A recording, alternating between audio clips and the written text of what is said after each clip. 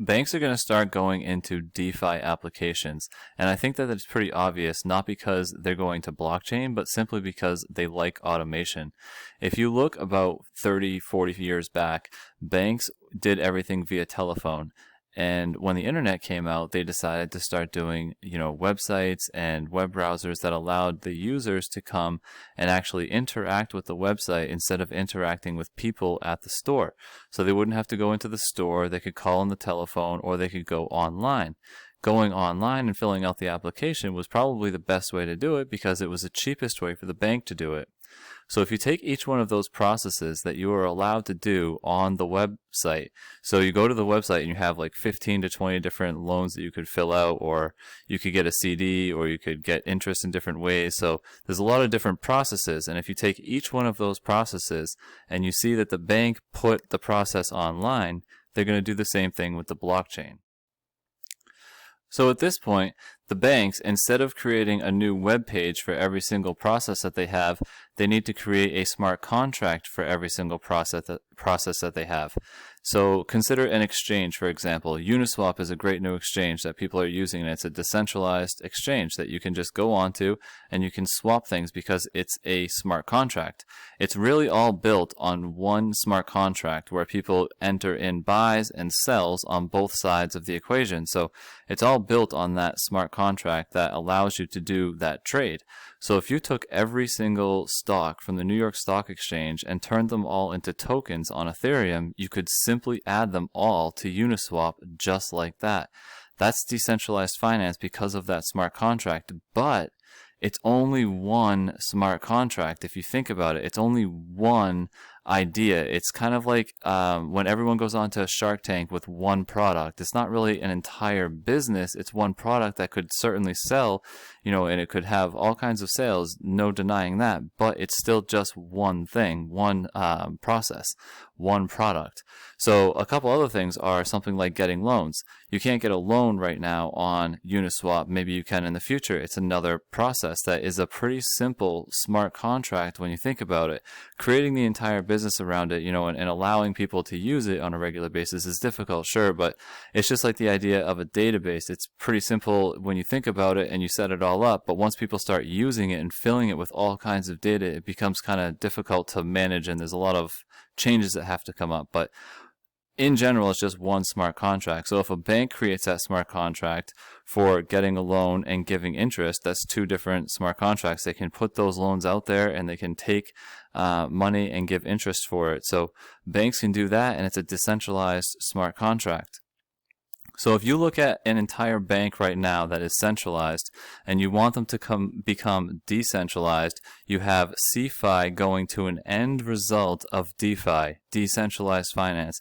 In order for the bank to get all the way to decentralized finance completely, they have to turn every single process and service that they offer into a tokenized blockchain or smart contract that can all be easily traded peer to peer. And that at that point, it will be the end result.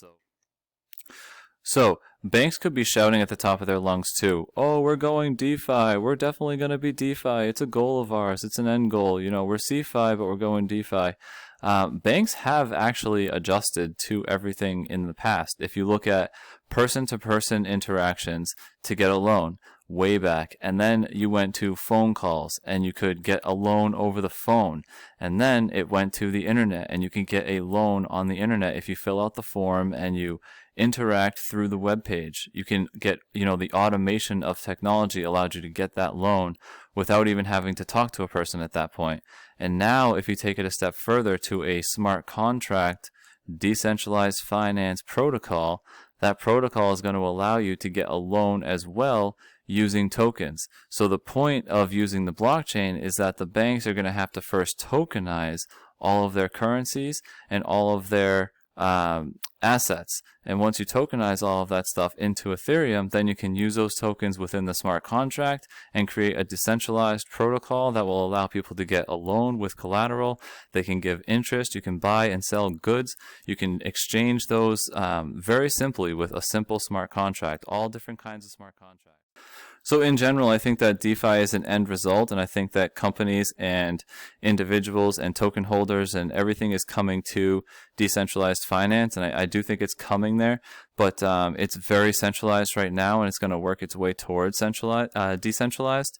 And these protocols, so someone might come up with, the first people that are coming up with these aren't banks, they're the coders. You know, the coders who are on Ethereum are coming up with a process that is a simple protocol that gets you a loan. And it's like, wow, I just created this whole thing that gets you a loan with a simple protocol, which is great. That protocol is going to be used for getting loans in the future. You know, it may not be tomorrow, but all mortgage companies are going to eventually adapt to that new process, which is the same thing that happened when the internet was created and some coder created a checkout cart for the first time. And it's like, wow, but the checkout cart isn't the thing that's worth millions and millions of dollars, and that person who created the checkout cart probably isn't rich, but they adapted. Every single store went online and adapted to that checkout cart. So that's kind of how these smart contracts are going to be. They're going to be smart contracts, and it's just open source online, so anyone can use that smart contract basically and rewrite the same thing, the same process, and do it at their store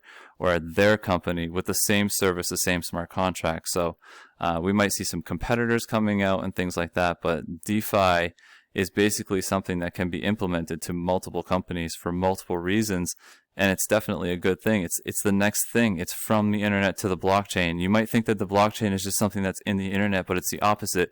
The internet is something that's going to all now go to the blockchain. Everything's going to get tokenized, and it's going to go to the blockchain.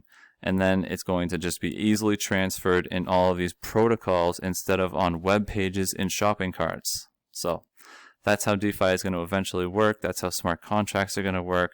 And good luck out there. DeFi.